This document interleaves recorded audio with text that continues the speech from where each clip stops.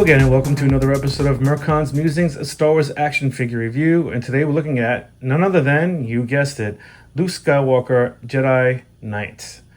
Or as it was originally called in the Kenner days, is Luke Skywalker Jedi Knight outfit. And this figure is pretty awesome. I really love this figure. The problem with this costume is that there's so many different iterations or versions of this action figure throughout all the Kenner lines. So it's tough to go through them all. I've only picked the ones that were the most important in the evolution, starting with the Kenner one, moving all the way up to the vintage collection. So we're going to go through all these reviews, but before that, let me give you a quick history of the character. The rebel hero Luke Skywalker learns the ways of the Force from two wise mentors, Obi-Wan Kenobi and Yoda.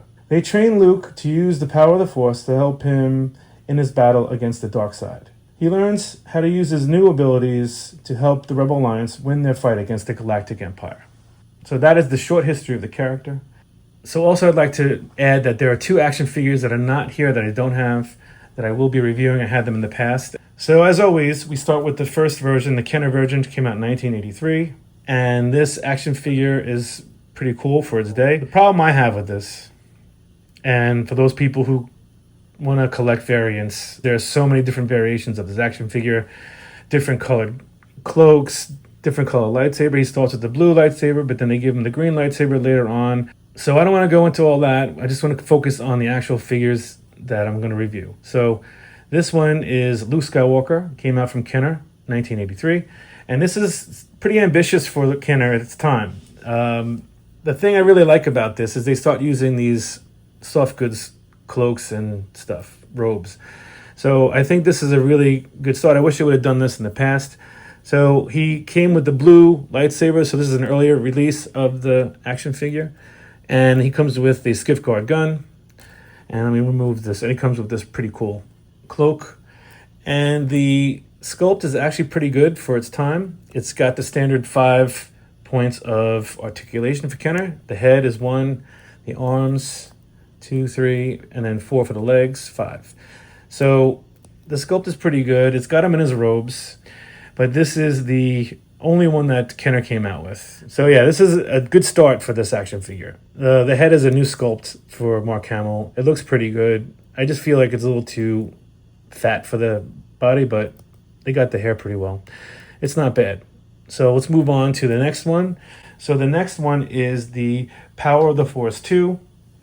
And this one came out in 1996 on a red card, and then in 1997 on a green card with a hologram, or a green card without the hologram picture. Also came out in 1997 to commemorate the special edition theatrical re-release of Return of the Jedi. And what's interesting, they handed these out at the movie theater, and a lot of them weren't handled well. They were all creased, or the bubbles were cracked, or whatever. It's very hard to get a really good condition theater edition Star Wars trilogy Luke Jedi figure. So the next action figure I'm going to review is the Saga Collection 2004 Luke Skywalker Jabba's Palace. So this was actually a pretty cool action figure.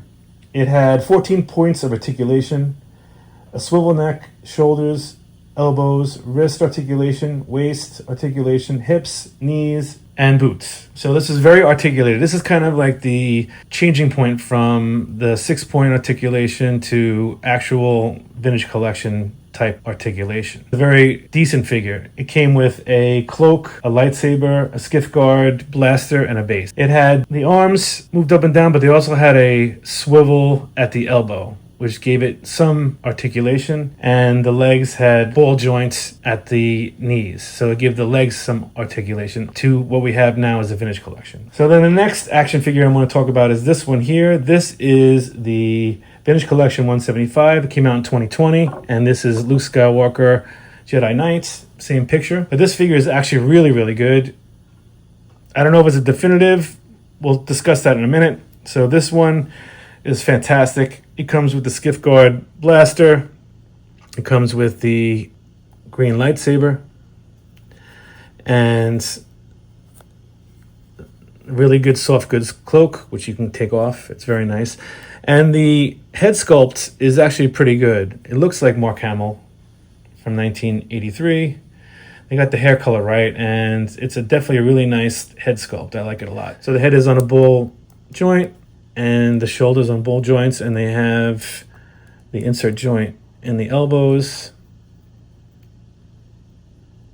And this figure comes with the skiff guard blaster and the lightsaber. And what's really cool is they did a nice job. They have some soft goods around the waist area, and they have some sculpted to match the folds in his outfit, which is really neat.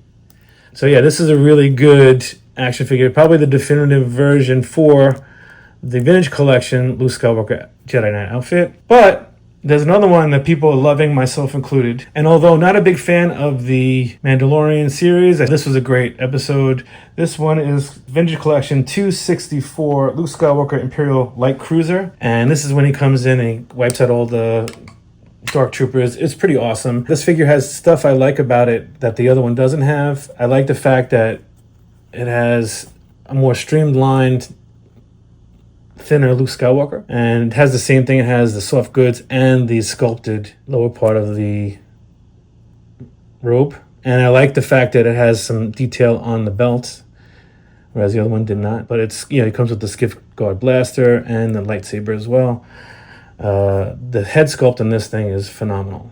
It is really, really good. Like, this is so awesome.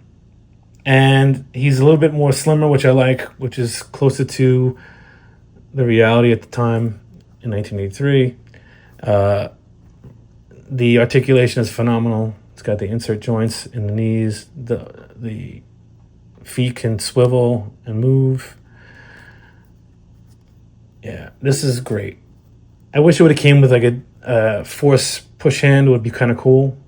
But this is phenomenal. I love this. This is a really awesome action figure all around.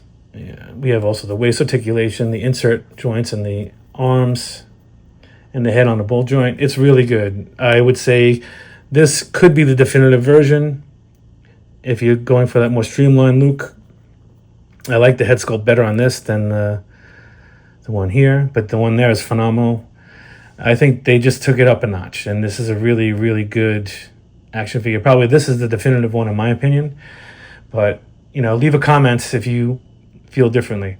So that's the review of Luke Skywalker. I hope you enjoyed this episode. Please hit like and subscribe, and I'm looking forward to giving you another review real soon.